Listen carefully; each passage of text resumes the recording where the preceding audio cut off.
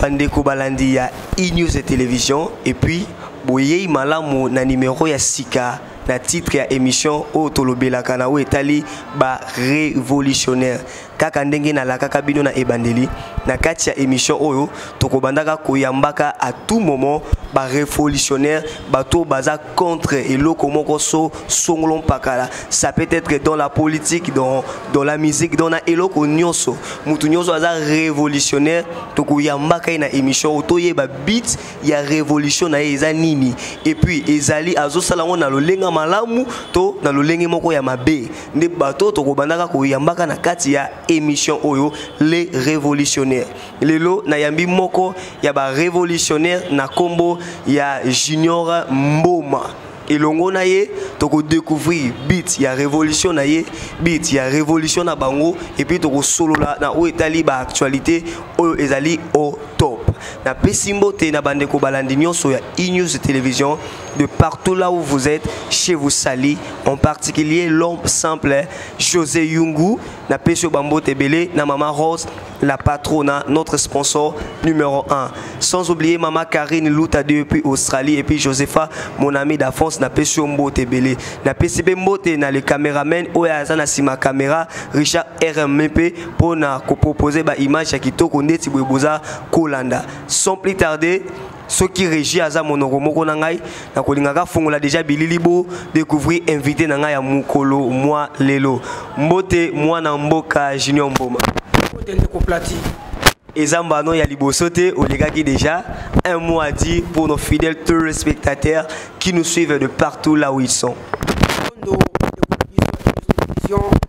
na chaîne na malamu oyo bofongole libiso pona kulubaka busolo kati na mboka na biso ya liboso na kopesa botondi na mama Rose oyo azali mokambi ya yambo ya chaîne oyo pe na kopesa mbote na ba téléspectateurs nyonso o bazuli baku na kolanda biso na poko lelo pona koyebisa ba Kongomani nini eza koleka na kati ya ekolo na biso pona kotasa ba Kongomani nini oyo biso ba révolutionnaire to kokanisa pona kolongola mboka na biso na souffrance oyo eye kokanga Kongo na mungongo na yango nde nazuli baku lisusu ya kokita awa na kati ya osika na pesi ndeko yo plati mbote motoza na plateau pourquoi pas ndeko Richard azana sima ya caméra pe bambote na ebele tika ete nzambe apambola biso soki mituna ezali toko ya nola pona boyoki simalamu ya peuple congolais.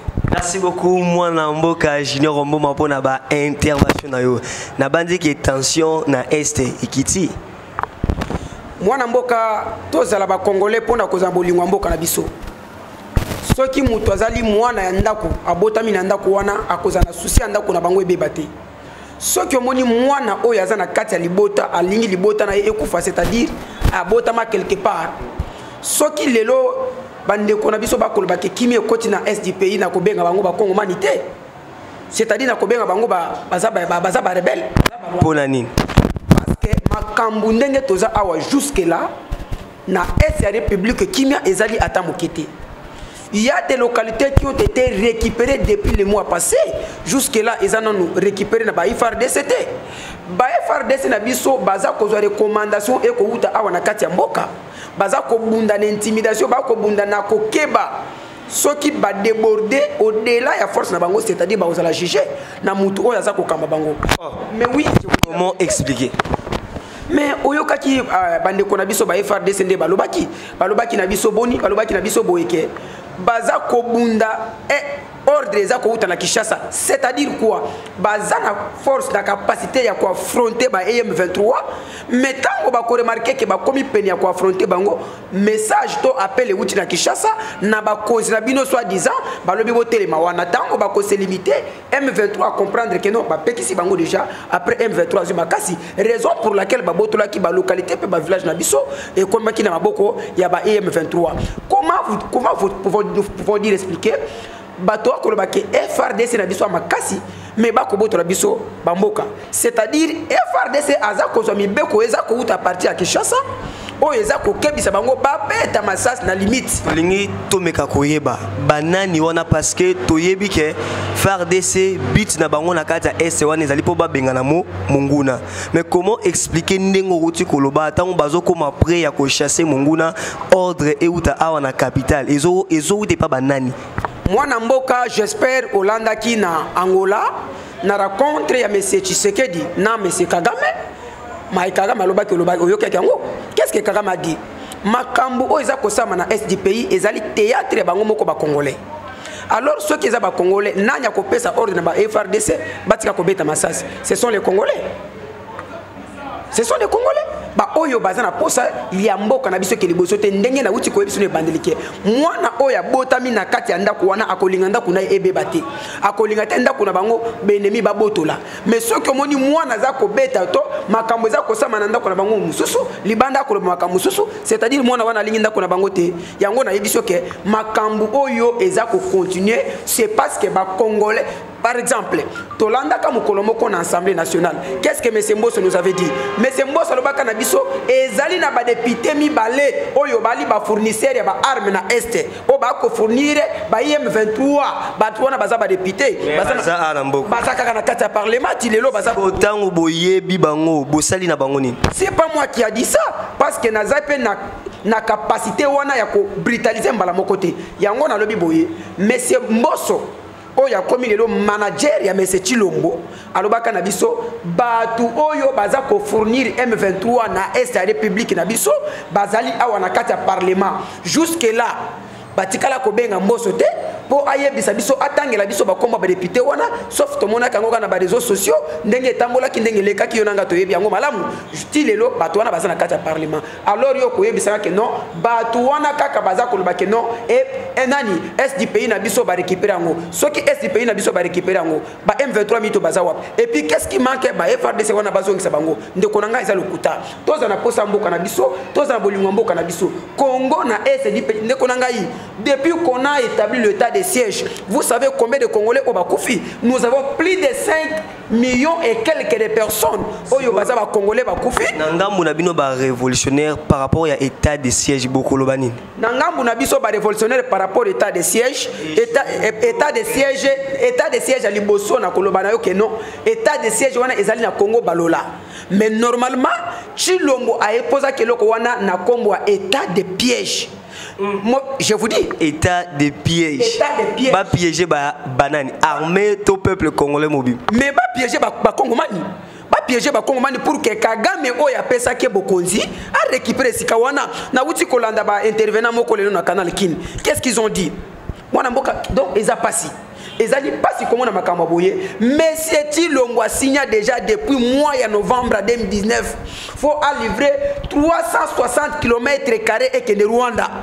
Le lot yoko yebisanga que non, mais c'est Tshisekedi à mettre état de piège depuis Bachango. Oyoka ka monsieur Chilombo qu'est-ce qu'il nous avait dit que non, Nakobi s'est sacrifié pour na Kine et contre na est du pays. Mais vous savez depuis qu'il a été établi son état de piège, combien de Congolais qui ont été tués?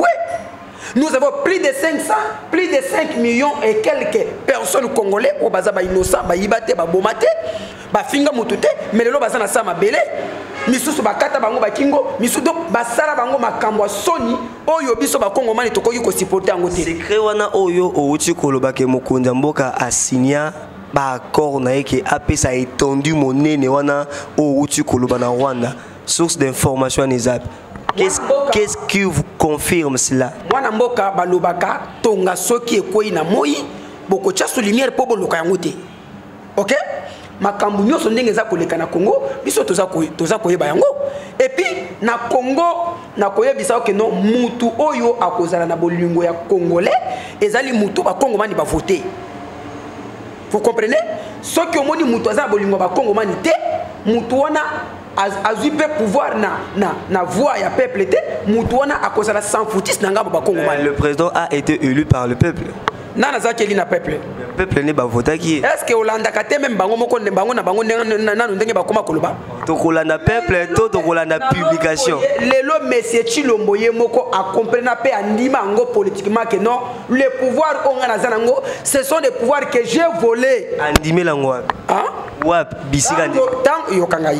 Tango toza ko kende makambo eza ko salama. Oyo yo ko za koloba population akondima ngo te. O kansi wana ezali nini? Tokei na Kisangani, na président cher, le président élu Martin Fayulu m'a dit, le président à qui moi je suis membre de son parti.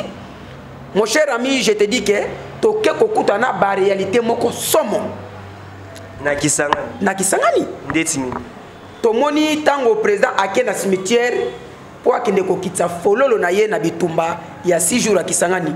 Nous avons vu des mamans au bakata makolo ba viola bango na bitumba ba ye. Qu'est-ce qu'ils nous ont dit? Tshisekedi depuis kakoma wakosa biso kakopesa biso biloko kakopesa biso bambongo akobongisa vie na biso mais banda ekenda mungu na nzungu.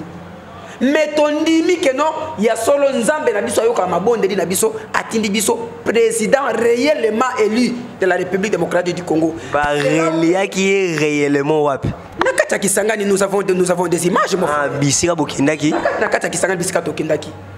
C'est là où la population congolaise a voté pour la deuxième fois le président élu Martin Fayulu comme candidat président en 2023. Pourquoi il a dit, pourquoi Bana Kisangani balingi que non, Mokonzi Mboko Azala réélu en 2023 comme candidat président, c'est parce que batali souci au Yasanango, na peuple na ye, atali compétence, constance. Et puis atali bolingo ya mboka na ye depuis Kagame akoma ko mamba congolais mwana mobala la kapongite musala ka kosala ba point de presse ko funda bango ndeko yokana bisayo bon zela ko katangati Chilombo toyebisaki eke toko kangaye président élu Martin Fayulu peut avoir une bonne mémoire le 26 mai 2022 plutôt à Lobaka le peuple congolais en particulier n'a pas un problème avec le peuple rwandais. Mais ce sont les dirigeants du Rwanda et les dirigeants volés de la RDC qui ont compliqué ma kambu awa. Pour votre information, président Eli a se limité à Wanate. A Bengaki Sergel, pour na likambu oyo ame baluka moyen ya kokosa kimia na kati ya Congo. Il a appelé l'Union africaine, il a appelé l'État la Nations Unies, il a même aussi appelé même la communauté internationale. Mais bakei na Angola et pas de colorezo pour na koluka kimia. Vous avez entendu qu'est-ce que Kagame nous avait dit? Alors je suis innocent, makamwa est taliba congolais bango na bango. Alors ceux qui a congolais est taliba congolais bango na bango. Tshisekedi pour trouver les solutions. Qu'est-ce qu'il attend? C'est-à-dire makamwa na yebiango, yango na émission de dé, mais c'est tu l'ombo a kolingate c'est parce que ça n'a pas ça à glisser. Alors, mais tu n'auras pas même un seconde de glissement. Papa, ceux qui ont lingo mona mutakala ba Congo mani, ceux qui ont lingo mona bibembe obiso to kunda c'est quoi? Mais kako glisser. Au komona que non, toza ba congolais oyo yo zalité parce que na yebike oza congolais andambo. Mais biso ba oto benga mi ba Congo mani, au komona que non Congo. Na lobi boye, Mobutu azaka komba seseko. Kokima Mobutu sulia shera koka kolata ngote Kabila zoaka kombo Shina Rambo Kishina Rambo ne suka na nzela mais batona mi bale bazaka ba militaire mais yo za civil azali civil to yebisaki ye toko kende mapona mina ndenge sengeli toko tika ata mokolo moko te peuple bana konyoka mandeko na ngai mais c'est le moyen ki na ba discours moko ya kitoko makasi. Qu'est-ce que M. Tshilombo nous avait dit en 2018? Les jours où moi, je serai proclamé comme président de la République, je ferai la RDC, l'Allemagne d'Afrique. Où en sommes-nous aujourd'hui avec l'Allemagne d'Afrique? Nous sommes arrivés en 2019. Qu'est-ce que M. Tshilombo nous a dit? Avec moi, c'est le peuple d'abord et l'état de droit. Aujourd'hui, combien de prisonniers politiques, combien de politiciens sont en prison? Mais tous sont des voleurs. Vous savez, depuis que M. Tshisekedi est là, combien de fonds publics ont été détournés? Mais c'est des Yamilés qui ça sans problème, sans plaignant, ils sont libres. Mais regardez ba Kolombongo, ndenge bazola lanzala. Mon frère tamboli na balabala, okomona batnenga ba kosenga. Eza soni. Toye kokoma le 6 décembre 2020, ceux qui n'a pas mémoire malamu, qu'est-ce que M. Tshilombo nous a dit? Qui ça le met banda? Mais bon, yoka tango to comme en 2021, qu'est-ce que M. Félix a dit? Mboka isi kufa. Alors na mboka o kufa, Tshilombo azwa sous deuxième mandat. Ceux qui a kufité, c'est-à-dire peuple ne fois kufa. Et bon ceux qui abimis.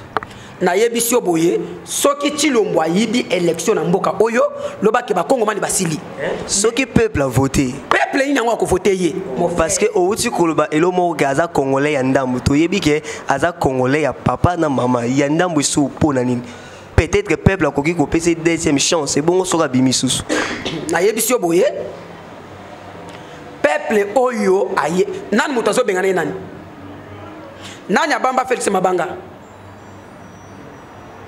C'est pas la population. Mais je vous dis, Tozana Tchangu, Tshilombo azako lekasu na Tchangu na moite. Banda komi koleka na Tchangu na moi, ça peut être 1 ou 1 mois et demi. Azako le gana changu na moite pourquoi? C'est parce que population babamba ye mabanga yonanga to yebiango. OK? Kaka le même chilombo wana abenga peuple ndoki. Est-ce que muto peuple a voté? Akobenga yendoki? Kaka chilombo wana abenga peuple banyama. Kaka chilombo wana abenga peuple congolais benemi. Kaka chilombo wana abenga population banyanga la kata. Yebisanga yi muto apesi au pouvoir, yo benga ye ennemi, yo benga ye ndoki, o benga ye nyangala kata. Après muto wana zoba apesa yo sous deuxième mandat lokuta. C'est pour te dire que population ndenge bayini ye ayeba ki ndenga zwa ki pouvoir na ye. Ayebi ndenga zwa ki pouvoir na ye. Yango oza komona ndoko na ngai toke na ye na bandenge nyonso. Qu'est-ce que le président Martin Fayulu a résolu pour na komambo kanabiso liboso? Président élu Martin Fayulu, quand tu l'as remarqué que non, mais c'est Tshisekedi a cause la capacité à maîtriser la température ya Congoté. Mais pour to sungaye, à cela qui va proposition, yonanga to yebiango. Il a regardé, c'est-à-dire que même si tu m'as volé le pouvoir que la population m'a donné, au moins que je l'aide. Je vais l'aider comment? Tant qu'il y a une élection anticipée pour chasser le majorité de Kabila. Est-ce que tu sais qu'il y a un Kabiso? Quelques jours après, tu dis que non, nous avons dissoudre l'Assemblée nationale. Yosasir. Kabila a commis ça, ba député, a fait sa candidature, a fait sa campagne. Kabila a commis ça, ba député. Yo, l'ongolais n'angamba Kabila, au commissaire de Panayo. A quoi ça le musala malamu? Le loto komiwa. Président élu à Yekota, les institutions de la République est gérées par les étrangers. Alors pour sauver notre nation, tout ça la réforme institutionnelle pour la coach bénédiction malamu, tout bengana étranger congolais à se retrouver. Tu sais que d'Aboya, le long de Tozaboui, nous avons 123 députés rwandais, nous avons 44 sénateurs rwandais et nous avons 18 généraux rwandais. Ça côté bénédiction mususu. Dis-moi un peu, Moutouana a eu décision, Moutouana a saigné le côté, guerre zoya biso moko ba congolais torito bunda à limité, oyebi ke lelo ezana batu, likolo a déclaré guerre à est bazana prison. C'est-à-dire makamwana ibiango. Alors yebisangai peuple ngo oya ko PC deuxième mandat, peuple ya Rwanda to ya Uganda. Peut-être, mais ceux qui peuple congolais na biso ke aza déjà la porte to bengana ki déjà. Merci beaucoup Mwana Mboka Junior Mboma. Tolo bela siko na o Italie ba élection. Kaka ndengo wuti koloba côté guerre à est to comprendre que température ezana nous donc mbilinga bon motuna ya moto ko na ba élection na manso o wuti koloba wana na lolenge malai na koleka siko yo na ngambo na yo to na ngambo na bino ba révolutionnaire boza ko penser ni et puis qu'est-ce que vous comptez faire? Biso ba résistant toloba ki boye. On ne va pas laisser même une minute à M. Chilombo de glisser et de blaguer encore avec la population. Moi, Namboka, Tolobi na ye, to memiye na ndenge nyonso. Chilombo ne nous a pas écouté. Awa sikoyo, toza na ba stratégie mususu otokoki kobimisa na itande ikete, otokoloba. J'espère aux hommes mikolo totikali calme. Moi ne l'obite que non, tolembi non. Babi muto yo akangi munoko, aleki muto azolo bana mayeli. Bosilingala. Est-ce que peuple asila ngala? Peuple asila ngala te? Et puis même na mi beko ya likozi mboka na biso lobi ezana munduki moko te leki population na makasi. C'est-à-dire tozana ba préparation à cesse. Ndeko nanga ibiloko no za kolobaka na bitande kete na ibiso ke tito komaka 2023. Ce qui discours est changé, mais il faut comme même Brazzavillois. Merci beaucoup, Mwana Mboka. Oruti Koloba, awate kaka ndenge tozali na kolanda yo koloba que bana ya Kisangani to baimboka ya mboka Kisangani ba voter pour la deuxième fois le président Eli Martin Fayulu lokola candidat na ba élection. Mais motuna nanga na kotuna yo ezali boy. Toyebi ke le président Eli Martin Fayulu a travaillé en fait en synergie na le premier ministre honoraire Adolphe Muzitu. Na engumba o to bengi Lamuka. To yebi ke Lamuka na chaque processus ya ba élection ba bimisaka dauphin. dauphin oyo ako représenter Lamuka. Siko motuna nanga naza ko tuna, est-ce que Lamuka déjà a voté le président élu Martin Fayulu a présenté Lamuka na ba élection to le président Martin Fayulu a commis représenter Yemoko na lolenge bana kisangani ba pesier limemia. Balobaka, le pouvoir c'est au peuple, par le peuple et pour le peuple. Ok? Dédé, na kolinga, na limbo la nini oto bengi Lamuka. Ok? Lamuka na commencement nango, on a commencé avec 6 leaders que je peux citer dans les noms. Lui-même, le président de la République élu, Martin Fayulu Madidi, accompagné Adolphe Muzito, le premier ministre honoraire on a coupé sa coup de chapeau, accompagné à Moïse Katumbi Chapoué, on l'a commis Mbanda Chilombo, accompagné à Jean-Pierre Bemba, a commis Mbanda Chilombo Kalamini Tokoyoka Akambako Beta Kuna, accompagné à Frédéric Matungul et Vital Kamere et Félix Tshisekedi, 7 plutôt. 7 personnes. Lorsque Tshisekedi a retiré sa signature avec Kamere, est-ce que Lamuka est Koufaka? Koufaka. Le loyo, Lamuka et Salamaka comme plateforme électorale. C'est tout comme Peko Koufana. Ok? Mais chaque leader a son parti politique. Et puis, tous autres la compétence, la force, il y a chaque parti politique. N'est-ce pas ça? Nayango, si je me souviens encore, Mukolomoko Tozaka na collège Boboto. L'excellence, le premier honoraire Adolphe Muzito Aloba Kananga, na benga ka Fayulu président élu. Na benga kaye pour na sentiment parce que na mona ndenge congolais à votakai. N'est-ce pas ça? De trois, bisto na kati ya SID parce que wana tosala kango na cadre ya SID. Tulobite ke Lamuka. Meeting ezaki na cadre ya ACD. Kaside yango nga na tunio bana kisangani ba voter le président élu Martin Fayulu na ba élection. Sikoyo entre autres pe Lamuka il faut ebimisa dauphin. Siko Lamuka na no ebimisi dauphin te. Et bongo soki Lamuka bo banaki kokana te ke bo bimisa le président élu Martin Fayulu mais bana kisangani déjà ba bimisi et ko bota mbilinga te ndenge tozoyo ka ba nungu et boti na kati ya Lamuka. Nungu et ko bota mate parce que le premier Adolphe Muzito na Martin Fayulu baza 1. Vous comprendre? Na ebiso que ndenge SID est voté Martin Fayulu comme président pour la prochaine élection, c'est-à-dire nouvelle place na kati. Pour votre information, président élu Martin Fayulu na kisanga na kendaki na ba président et ba parti politique au bazali bélier la biso na kati ya Lamuka. Ya liboso le président Prince Penge coup de chapeau kulutu nanga bisika kolana ngai azaki wana na kati ya congrès wana. Je peux citer la présence du maître Nico Mayengeli. Andimaki makambo wana. Présence ya professeur Kalele.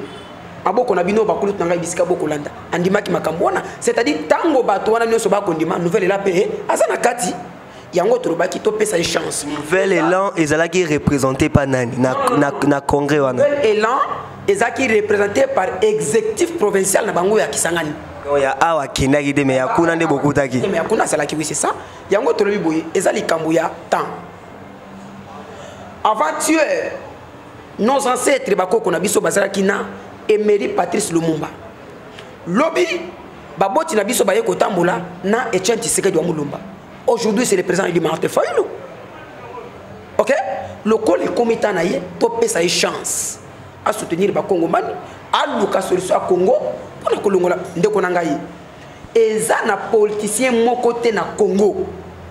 Oya loba aboya salaire na ye na parlement ton institution songolo pakala o asalaka sauf bon na boité siko répondre nga na mukuse na mutuna o est-ce que Lamuka déjà ebimisi dauphin na mukuse kokene maka milaide na mukuse oui ou non? Oui, Lamuka déjà ebimisi dauphin pour la deuxième fois. Na lobby oui, Lamuka ebimisi dauphin. Ndenan Président élu Martin Fayulu.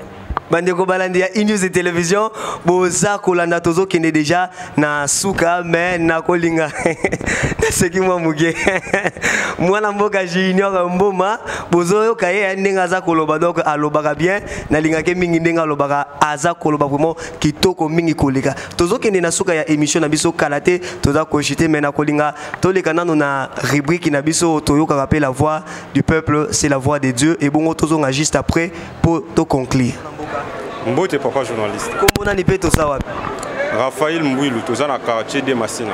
Merci beaucoup mwana mboka motuna nanga ezali boye. Ba bongiseli biso to kokende maponami na machine à voter. Ndenge ezalaki na maponami o mauti makoleka. Intervention na yo mwana mboka. Concernant machine à voter oyo to mona ki na élection en 2018, to kenda ki élection presque bâtiment sur bana ka koboya ngo mais to kenda ki élection biso se remarquer que non concernant machine wana ya na batu mususu oyo ba kene na ba machine tina kati ya banda kuna bango ko ba tricher na ba élection ba tricher ka pe to bi kutuna ba kombo na bango bombino moko bomona ki résultat oyo ba pesa ki biso eza o peuple a pesa kate concernant machine à voter ngai na part na ngai soki ngai na kosenga to ke élection na papier mutoye a commis na papier c'est le candidat na o ACPL na ye abwaki na urne. Est-ce que ekozala facile pour toser belé na mboko? Mais tout le monde qui na élection en France awa bato bazoleka bazocha ba voter par papier après ache na urne ekozala peu possible pour na biso pour na ligne bisoté. Donc to kineka na machine o ezake non lelo mutoye vous voter mutu mususu ba biso mutu mususu poto landela résultat o biso to voter quitter. Il y a tricherie. Merci beaucoup. Merci. Mbote. Lingina iba toza pepi komona. Toza wana shop ya na quartier 3 Massina comme na Jonathan Mwamba. OK. Tozo lobela machine à voter à élection 2023. To wuti komona ba proposer biso ke tokokende na maponami na en fait na machine à voter ndenge ezalaki na maponami oyo mauti makoleka. Intervention na yo mwana mboka. Nga na mona vraiment inconvénient à mon côté parce que ceux qui ont triché la machine à voter, nous avons la machine à voter. Ceux qui ont papier, les gens vont toujours tricher. Donc avec machine à voter, sans machine à voter, s'il s'agit de tricher, nous devons tricher. Vous êtes d'accord que vous avez élection de machine à voter? Avec ou sans machine à voter, avec machine à voter. Là, je suis d'accord. Pour la monnaie convenient, nous sommes d'accord. Merci. Merci. Mwana mboka wana ezalaki intervention ya bayimboka oyoki ndenge ba réagir na o Italie tokene ba élection na machine à voter toté na ngambu na bino pe ba résistant lobango na mwa lombango po tokende kochité parce que baza ko proposer biso ke tokende na ba élection électronique ndenge ewutaki makosalema na ba élection oyo eleki siko na ngambu na bino ba résistant ba révolutionnaire bozomo na concept wana ndenge est-ce que ça eloko malamu ko sala toté ba intention na bino ezani mboka ya Kimbangu mboka ya Lumumba mboka ya Failu Madidi mboka ya Junior Mboma mboka ndeko Plati mboka ndeko Richard ekoki kotambola lokola mboka wana bato mayele bazalité ndeko nangai si nous avons l'amour de ces pays soyons unis soyons ensemble les pays ne peuvent pas être tringalés na baïdé ya un individu mais c'est Chilombo aza individu na kata Congo. C'est lui qui est en train de gouverner toute une nation. Même s'il gouverne, il est individu. Je vous dis, toute personne est individu. Bien sûr que oui. Oui, oui. Mais lui, en caractère du président. Selon toi. Mais ça, c'est ça, je vous dis. Selon toi. Selon Aïe, selon Yoté. Non, c'est pas moi, selon moi. Selon toi, tu le considères comme président de la République. Bino considère qui? C'est un voleur. Mais c'est président. Azamouibi. Et na lobi yango na itande que mais c'est Tshisekedi c'est un voleur. Bozolanda. Yango na yebisi yo. Pona yebisa yo ke aza moyibi. Awanga na salaire au moni montre tambola nango. Mais c'est dommage. Il y a comme on mutolobi que je ne connais pas mon salaire mais a autant mon montre à 200 000 €. Deko Junior, kolande la ti montre, ti montre. Yo kangai. Ngana yo toza musalate. Ceux qui ont sombi le pango ils ont coûté 100 000 $. Mais lui, il est en fonction. Aza na musala osala. Nalobi clair, naza clair na maloba nangai. J'ai très bien parlé ma phrase. Nalobi boye, monsieur Chilombo lobaka na biso, je ne connais pas mon salaire. Mais c'est grave, il y a comment on a montré. montre oyo lonzo 200 000 euros. C'est grave, il y a comment on a ceinture 8 000 euros. C'est très grave. La ceinture. Mais je vous dis, mon frère, je vous dis, suivez Mike Mokeba et vous allez attendre. Parce que Zanga Mounaloba, on a Mike Mokeba et Moutaloba. Ok? Nayango Tolobi Boye. Biso ba Congolais. Tozana posa kimia ezana katamboka. Pona yebisa yo que non, peuple azana kanda.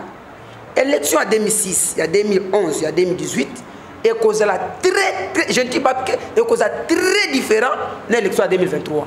Il n'y a pas bien que le peuple azana kanda. Peuple n'a pas élection nyonso toyebi azalara na kanda. Oyokaki na Kisangani. Il y a 2011 vous de Yinda koyebi. Voilà. Mais il y a 2011 et comment on a soukate parce que était Tshisekedi a silakanga l'avant. Il y a 2006 et c'est là en l'avant Kabila yibaka yeba toache bango na gouvernement yo nanga toyebi babadi banga bakota kuna bachi bala bazaka kuna. Il y a 2006 et c'est là en l'avant parce que yemu kolo pouvoir ba yiba mbala moko akota 1+4 mais au moins il y a 2018 banda ba yiba na ibandeli ti toke na suka manda mukolo pouvoir atikal na ranzali. Merci beaucoup moi Namboka. Si vous avez réponse tout court dans l'élection élection la machine à voter. Yango na lobi na yoboye et que les machines à voter ou pas, nous voulons que la consensus soit faite autour d'une table. Ok, merci beaucoup. Tout comme on a na mokolo mwalelo bana ya 6e, bazo sala examen d'état na bango. Alors tout qui peut comme on a ndeko mokambi ya enseignement a instaura qui système moko ya sika na o ezo benga mana kombo ya tenasos ebele baza ko benga ngo tenasupu. Donc comme on a instauration wana ke na bana avant à ça la option il faut aller kana texte wana eza loyal to eza ba distraction inutile ndenge ba parents bazolo ba keye po elia bango mbongo na ngamu na bino ba résistant bozo mona ngondeni heureusement ndenge yo moko uti koloba keza tenasus. C'est la soupe plutôt. Ndenge ba parents na ba congolais bazolo ba ke tena soupe ke oyo bazomo na dem parti na ngote yeka po elia bis tokola sa ba interview soki tokoza la moko na régie boko découvrir intervention ya ba parents na o etali tena nini ngabe na ko ka kobenga ngote soki tena nini. Merci mon amboka. Yango nga pena lobi ke non heureusement yo moko muto pesika kombo ya koloba ke non tena soupe.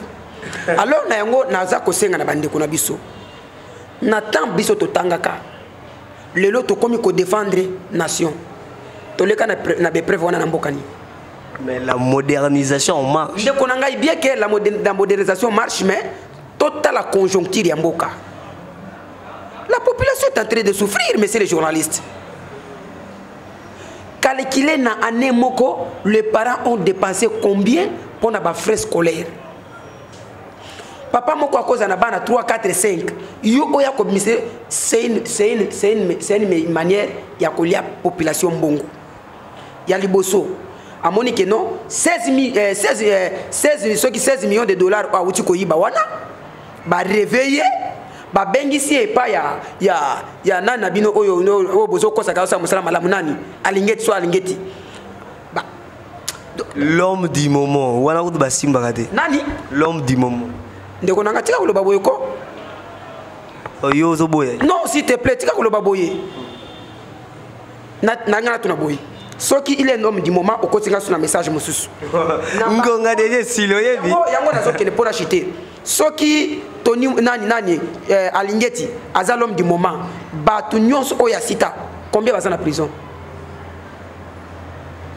d'autres part ngana ko bengen ndoki merci mais non je pèse mes mots comment yi azotanga bakombo batu wana bazokanga bango te lui attaque inspecteur à chef décision nazui si c'était moi j'allais démissionner parce que zola que non bazo considérer musala nangate mais yi atikale toujours wana après bengelo minimum non mukolo wana na bisaka yoke mbisi abandaka kopola na mutu soki mutu eza kopola c'est-à-dire nzoto mobimba eza kopola si le président est voleur batuna yasima baoza banani tous sont des voleurs. Merci beaucoup mwana mboka Junior Mboma média zangonga oyebi ozali muta média oyebi ke média zangonga to komi na suka ya émission na biso ya mukolo mwalelo mais tozoleka na rubrique ya suka o ezaka question tic au tac avant na peso maloba o clôturer bandeko balandi ya e-news télévision boyebi rubrique o ya suka ezalaka rubrique oyo bino bandeko botalaka biso bopesaka mituna hein? C'est comme ça net na yambi invité boy opesi préoccupation na yo invité nga na ko poser question na invité à décortiquer pesio réponse mais tozo sali la ngonde vraiment té tinda message to benga na numéro o plus 243 82 41 29 950 plus 243 82 41 29 950. Comment mutuna non na message to benga pesa mutuna na yo ndenge na yambi junior mboma boye ngana ko poser question ye a ko répondre boko zwa biano tozaka na mutuna kaka moko oyo ba pesa ki pona lelo parce que batu baza ko pesa penda mituna mingité mais to ko senga na bande ko mbala sima to pesa hein to pesa ba mituna ekozala malamu mingi koleka ozo répondre nga sans réfléchir ezali na papa moko atuni motuna ne mena otanga commode parce que lobe na ngana tanga commode alobi na ngabwe biso baimbo kana minute yo toza ko espérer na sima ya lamuka mais botika ko baïse biso peto silika na baiko oto komi koyoka ke le président Eli Martin Fayulu a communiqué ko sala makambo na ngambu na ye le premier ministre honoraire Adolphe Muzitu pende tialinga tikala na ngambu na ye botika parce que sokeza bongo toko baye bino nyoso répondre papa na mutu na ko répondre papa na mutu na que non moment auto komi eza moment ya mutu nyonso akoki ko bongisa parti politique na ye c'est-à-dire président élu Martin Fayulu azo sala makambu na ndenge na yete sans réfléchir yango nazoya président Martin Fayulu azo sala makambu na ndenge na yete premier honoraire pe Muzitu azo sala makambu na ndenge na yete bazo bongisa ne ba parti politique parce que tango tozo bana makambu basanga na pona ko pesa force na kati ya combat toza nango. Papa, je pense que ozi biano na yo merci beaucoup ndenge bolanda ki biso mot de la fin pona batonyo so balandi biso mot de la fin na ngai na pesi mbote na mama Rose oyo azali mokambi ya chaîne na biso oyo na lingi mikolo makasi na l'homme simple Isaki José Yumbu. Oui, Isaki José Yumbu, merci beaucoup papa nangai vraiment na ibi ke oyo komisi konda kunanga na bandoko tango mikolo nyonso parce que na banalizo ba journaliste baza nango na ba question ki toko baza nango na ngai vraiment toko bala na malamu ya mibale na pesi mbote na balandi nyonso oyo ba kolanda biso libanda pe na kati ya mboka vraiment ezaki ya bino humble serviteur junior mboma malheureusement ndeko nazobela j'espère zo kande na yo kosola menga na évide oyi bisingelo te to bandi monite combien de fanga na kosoli na yango na pesi su mbote na ndeko nanga Richard Le Bogard l'homme du moment oyo aza chasseur à image vraiment ndeko nanga il y a mingi de mais Richard wa mobali wana mikolo makilani nanga izo tuta makasi na pesi pe mbote na ndeko Plati oyo azali vraiment mopandi sangwa solo pourquoi pas bana Kishasa bana Poto bana Angleterre bana Belgique bana Londres bana France bana États-Unis bisika nyoso bokola nangai ya bino mokolo mboka déjà wana azana singa ya chaîne kitoko makasi vraiment ce qui nous a baligné dans la bino to kota sou mikolo ezakoya. Merci beaucoup moi. Merci mon amboka. Chers fidèles téléspectateurs d'Inews Télévision, comme je vous l'avais toujours dit, toute fin tout bien, allais-je dire, qui finit bien. Nous sommes arrivés à la fin de notre numéro du jour. Je rappelle, c'était votre humble présentateur Plati, l'intelligence et du travail à émission découverte. Natiki découverte de Ezali. Mais na minute on a lingito ya maintenant révolutionnaire. Pour y on est dans l'actualité, tokozo ngapé na découverte. En tout cas, portez-vous bien, abonnez-vous massivement sur Inews Télévision, partagez, tika ba commentaire, nyoswana et ça la kabiso bien. En tout cas, tout le monde a un numéro Ezali Koya, Nengenza Makobatela. Au revoir.